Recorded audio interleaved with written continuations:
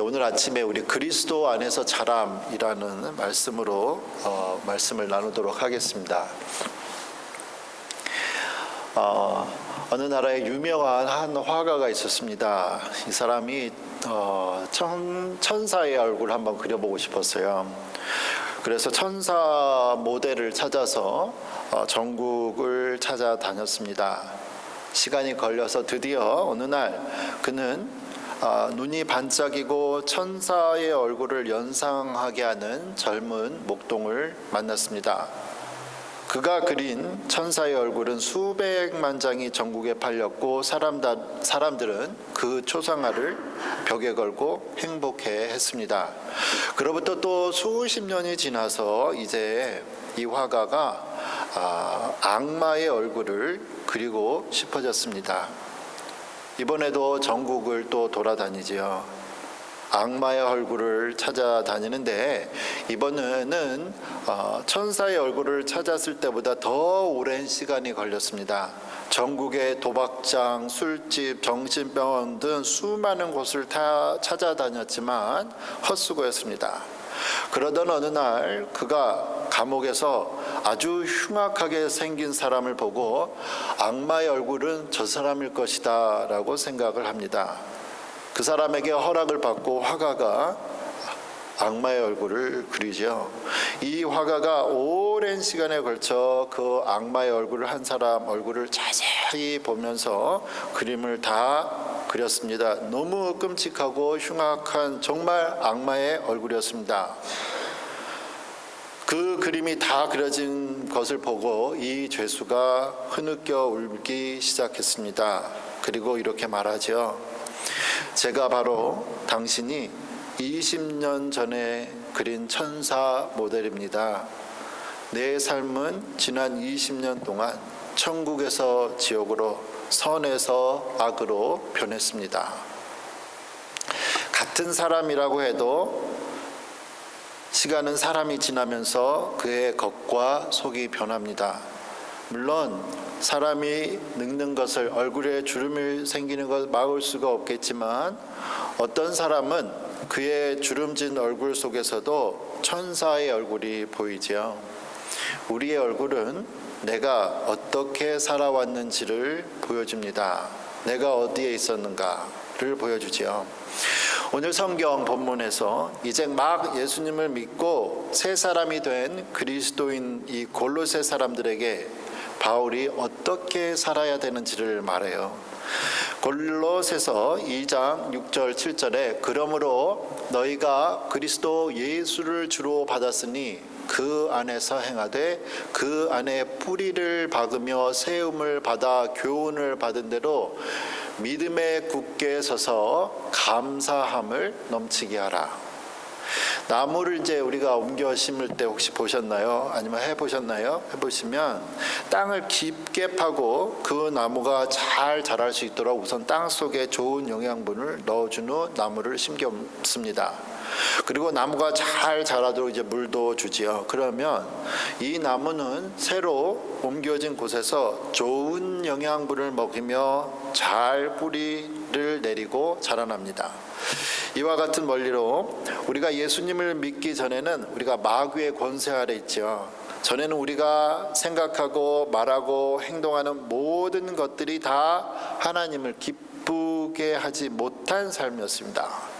하지만 이제 우리가 예수님을 믿은 후에 우리는 마치 나무가 그 뿌리째 심겨진 것처럼 예수님 안에 옮겨졌죠.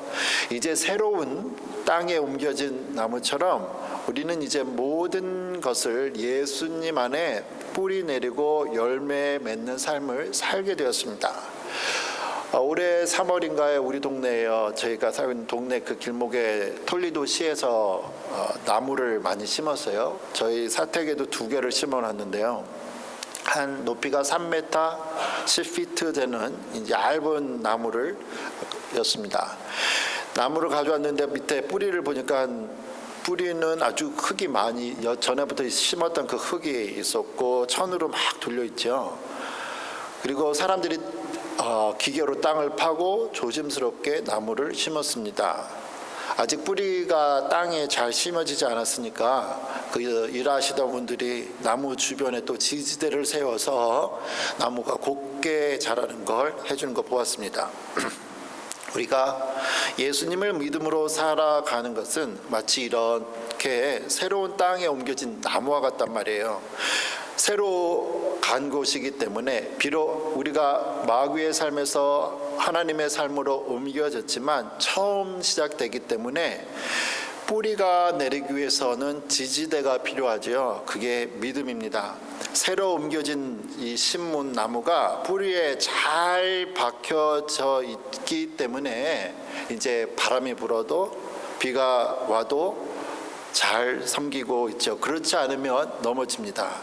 우리가 예수님 안에 예수님 안에서 그리고 믿음 안에 든든히 서 있어야 우리가 당연히 신앙도 성숙하고 열매를 맺는데요. 그렇다면 나무의 키가 커지고 잎이 무성하면 일단은 그 나무가 잘 자라고 있다는 뜻입니다. 우리가 예수님을 믿어 신앙이 굳건해지고 있다는 것을 쉽게 알 수 있는 방법이 있는데요. 그게 바로 오늘 7절 마지막 부분에 하는 말이 굳게 서서 감사함을 넘치게 하라라는 표현입니다. 예수님 안에 잘 자라고 있는 사람은 항상 기뻐하라, 범사에 감사하라 그런 거죠. 감사하는 사람은 같은 현상을 보고도 다르게 말을 해요. 컵에 물이 반이 남았을 때 어떤 사람은 물이 반밖에 안 남았네, 어떤 사람은 물이 반이나 남았네 라고 말하죠. 임진왜란을 구했던 이순신 장군의 유명한 말, 감사하는 말이 있습니다. 그가 이제 나라가 망하고 해군에서 쫓겨나고 다시 돌아오게 될 때, 다시 전쟁에 나가야 될 때 걱정하는 임군에게 이렇게 한 유명한 말 우리 잘 알고 있습니다. 신에게는 아직 12척의 배가 남아 있사옵나이다. 다른 사람들에게는 겨우 12척 갖고 저거 일본 어떻게 싸우나 그럴 때 그는 아직 12척이 남아 있음을 감사했습니다. 지금 내가 처한 문제가 아니고 그 문제를 바라보는 믿음이 문제인 거죠. 믿음이 있는 사람은 감사가 있는 사람입니다. 믿음이 많은 사람은 감사가 넘치는 사람이죠. 우리의 삶 속에 감사가 사라지는 이유는 뭘까요? 여러 가지 이유가 있겠지만 다른 사람과 비교하기 때문입니다. 제가 어느 분 신방 갔더니 거기에 이렇게 냉장고에 써 있었어요. 비교는 독이다. 비교는 독이다. 극심한 경쟁 사회인 현대는 물질의 풍요로움 속에서 많은 사람들이 좌절합니다. 나보다 더 많은 것을 갖고 있는 사람들이 정말 많기 때문이죠. 그러한 이유 때문에 경쟁이 심한 한국이 자살률이 세계 1위인 것은 무언가를 얘기해 주는 거예요. 한국 잘 산다고 하는데 잘 살아야 되는데 자살률이 많죠.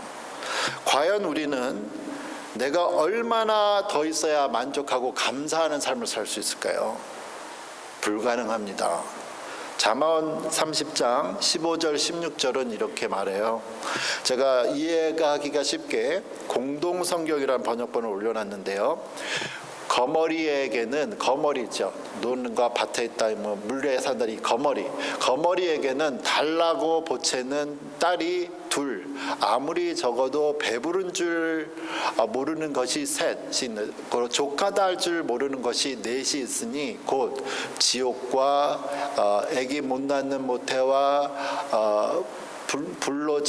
물로 채울 수 없는 땅과 족하다 할 줄 모르는 불의로다. 이 세상은 한이 없단 말이에요. 제가 만족할 수가 없습니다. 그렇지만 이 세상 문명이 발전할 수 있었던 것은 현실에 만족하지 못하는 사람들이 더 좋고 편한 것을 찾아서, 효율적인 것을 찾아서 나서서 우리가 정말 편하게 사는 거예요. 그러나 빌딩이 높으면 높을수록, 건물이 높으면 높을수록 그것 때문에 그림자가 더 커지고 그 밑에 있어서 어둡게 살아간 사람들이 더 많습니다. 현실 속에서, 현대 문명 속에서 문명은 발전하는데 왜 사람들이 더 불행해지고 더 외로워지죠? 저는 오늘 그렇다면 우리가 환경 파괴와 심각한 경쟁을 일으키는 현대 사회를 부정하자는 게 아니에요. 옛날이라고 다 사람들이 행복했겠어요? 그 사회에서도 또 경쟁이 있었겠죠. 비교가 있었겠죠. 저는 극심한 현대 경쟁 사회에서 우리가 건강하게 감사하며 건강하게 살 수 있는 방법은 예수님 안에 믿음을 갖고 예수님을 믿으며 항상 감사하는 사람이 되어야겠다는 것을 바라고 있습니다. 특히 오늘 바울이 골로새 교회 교인들에게 그들이 그리스도 안에서 뿌리를 내리고 믿음 안에 감사하는 자가 되라고 왜 이런 얘기를 했을까? 그 이유를 보면 더 알 수 있는데요. 골로새서 2장 8절에 이렇게 말을 합니다. 누가 철학과 속임수로 너희를 사로잡을까 주의하라. 이것은 사람의 전통과 세상의 초등학문을 따름이요 그리스도를 따름이 아니니라. 왜 사람들이 지금 골로새 사람들이 그리스도의 가르침을 따르지 않고 이 세상 학문을 따르게 된 이유가 뭐냐 이거예요. 이제 막 그리스도인이 된 이 골로새 교인들에게 예수님의 가르침 이외에는 예수님이 가르치는 것 이외에 또 다른 것을 가르치는 사람들이 생겼습니다. 그것을 바울은 이 세상의 전통과 세상의 초등학문이라고 표현하고 있죠. 그것을 우리는 이단이라고 말을 하고 합니다. 오늘 성경 본문 8절 아래를 보면 우리가 오늘 19절까지 읽었는데 바울은 성경의 가르침 이외의 것들이 더 필요하고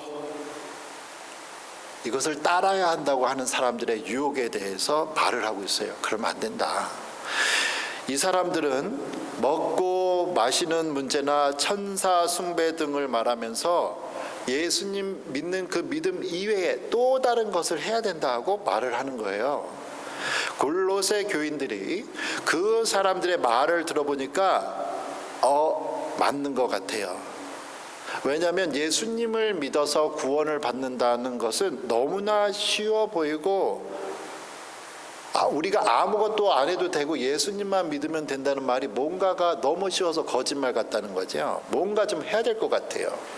하지만 바울은 예수님을 믿는 그 믿음 하나로 충분하며 다른 것을 가르치는 것은 옳지 않다고 말을 합니다. 왜냐하면 예수님께서 우리가 구원받기에 필요한 모든 것을 십자가에서 다 이루셨다고 말씀하시죠.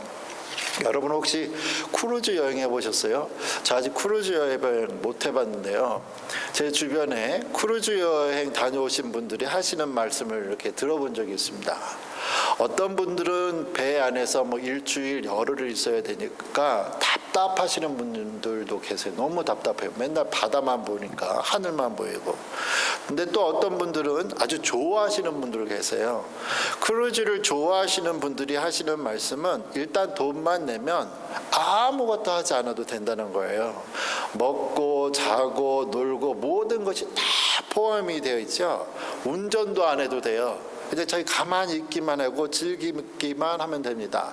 배가 내리는 곳에서 자 내리세요 해가지고 몇 시까지 돌아오세요 그러면 그 관광지 구경하고 돌아오면 또 다시 배가 또 다른 관광지 가고 그 사이 자기는 먹고 놀고 수영하고 이렇게 하면 돼요.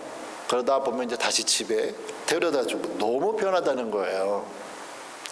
우리가 예수님을 믿고 구원받는 삶을 살아가는 것을 구원의 방주라는 표현을 쓰고 있습니다. 방주라는 표현은 잘 안 쓰는 표현인데 구원의 배 그러면 우리가 이해하기라도 쉬운데 성경은 구원의 방주라는 표현, 아크라는 표현을 써요. 그림을 한번 보여주시면은요, 이 창세기에서 하나님께서 타락한 세상을 물로 심판하실 때 노아라는 사람에게 방주를 지으라고 하죠. 방주는 배가 아닙니다. 그냥 상자예요. 안에서 아무것도 나무 상자예요. 박스이기 때문에 배 안에 있는 사람들이 배의 방향을 바꾸기 위해서 노를 젓는다, 어떤 기계의 힘을 사용할 수가 없었습니다.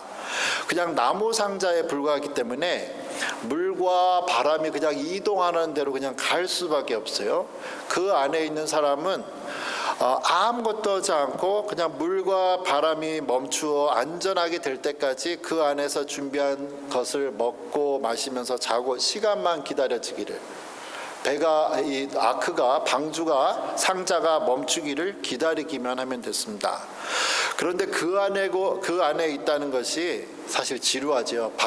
노아의 경우는 바깥에서 계속 비가 1년 동안 이 비가 계속 내리니까 안 돼요. 밖에 나가서 뭐라도 좀 하고 싶어서 정말 뛰쳐나가면 바깥엔 다 물이라 죽습니다.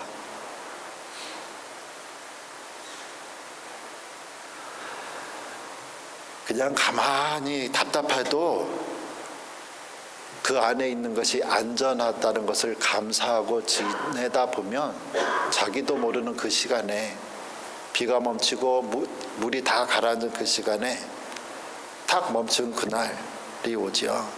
구원의 날이 옵니다.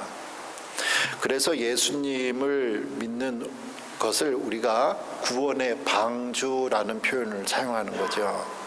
답답해 보여도 우리가 구원을 받기에는 예수님 한 분밖에 없습니다. 크루즈는 우리가 돈이라도 내죠. 예수님을 믿기 위해서 우리가 돈 낸 것도 없어요. 그냥 믿으면 구원이 온다는 거죠.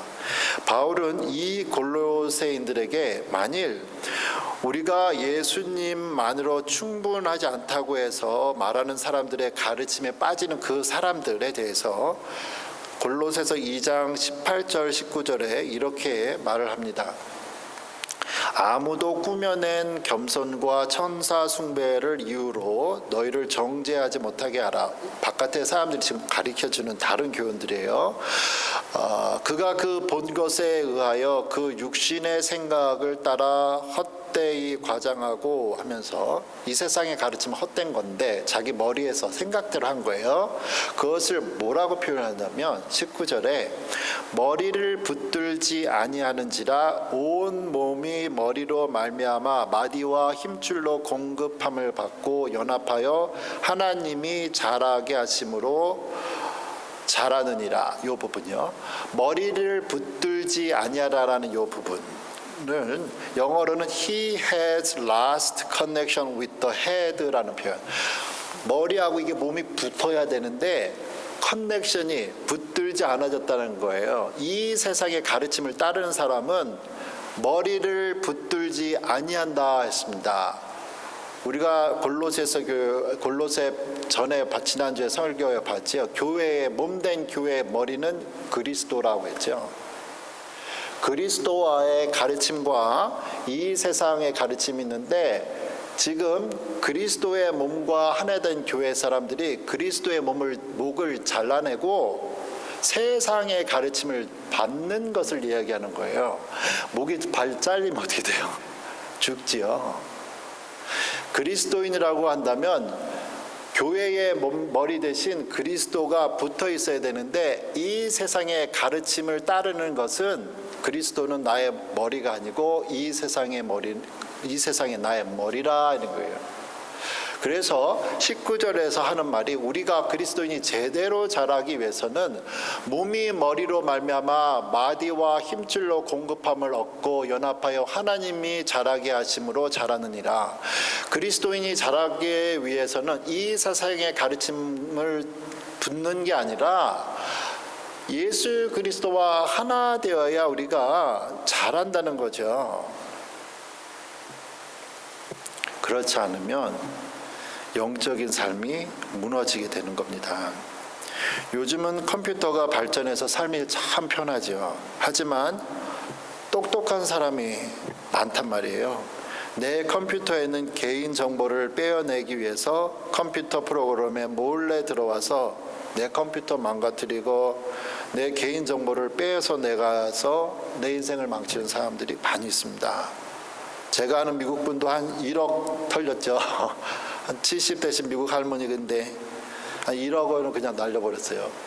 보이스피싱 걸려가지고 그랬는데, 그렇기 때문에 우리는 누가 내 정보를 빼내지 못하도록 또 이 보안 시스템을 많이 철저하게 하잖아요. 우리가 예수님 한 분만으로 만족하여 살아가는 단순한 삶을 너무 단순하니까 지루하니까 이 세상은 재밌는 걸로 다른 걸로 많이 하기 위해서 우리에게 다른 가르침을 보여줍니다.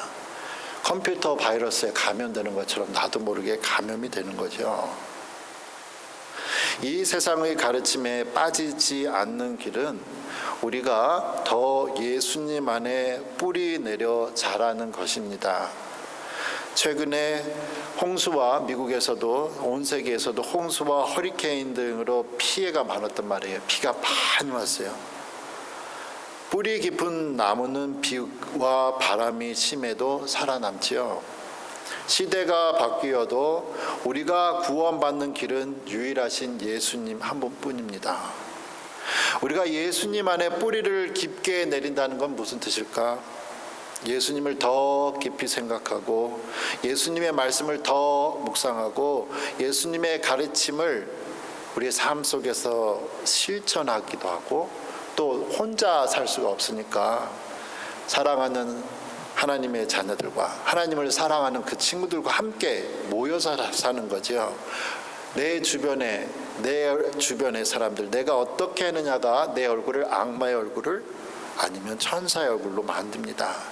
그리고 지금 이해되지 않지만 예수님의 말씀을 그 믿는 믿음 안에 어둡고 무서워서 앞이 보이지 않는 현재의 삶 속에서도 감사하며 기쁨으로 살아가는 것이 믿음 안에 뿌리를 내리는 거죠. 이 세상의 비와 이 세상의 풍파, 비와 바람이 우리에게 불어와도 우리가 예수님 안에 뿌리를 내리면 우리는 든든하고 안전합니다. 우리에게 구원의 방주이신 예수님 안으로 불러주신 하나님의 사랑에 감사하며 기뻐하는 가운데 이 땅의 삶을 살아가다가 하나님께서 예비하신 그 상급 그리고 기쁨을 바라보는 우리가 되기를 소원합니다. 기도하겠습니다.